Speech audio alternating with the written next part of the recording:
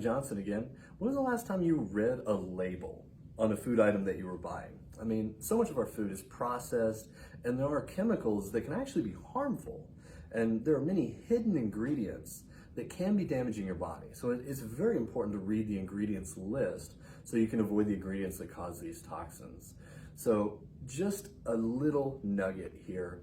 You're not looking at just the amount of fat or calories or just the amount of those types of things and the percentages and the vitamins and all of that. This label that was created that has all those daily values is kind of misleading. The big thing you want to pay attention to is the actual ingredient list.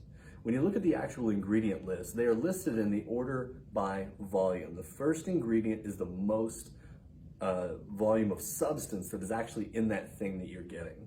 And then when you look at that and you start going through the words there, if they're names of foods, then you're doing well. If it's a chicken and spices or something like that, then you're probably doing okay. When you start getting to things that sound like cleaning ingredients or some other chemistry lab type of experiment or things that are hard to pronounce, those things are likely not food. They're either some sort of preservative or some other additive that goes in there for whatever reason, but those are the kinds of things you want to watch out for.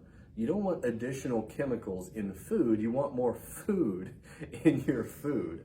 The other thing to pay attention to is how much sugar is in these foods, because the vast majority of foods, especially in the low-fat era where they started pulling the fats out, unfortunately incorrectly thinking that fats were the problem, then they started adding a lot of sugar, and then here comes the obesity epidemic years later because we had so much sugar. So sugar is a big deal. Just being aware of how much is in your drinks or how much is in your food, you may just be mind blown as just how much volume of sugar, and for that matter, how many foods actually contain sugar in them that you had no idea.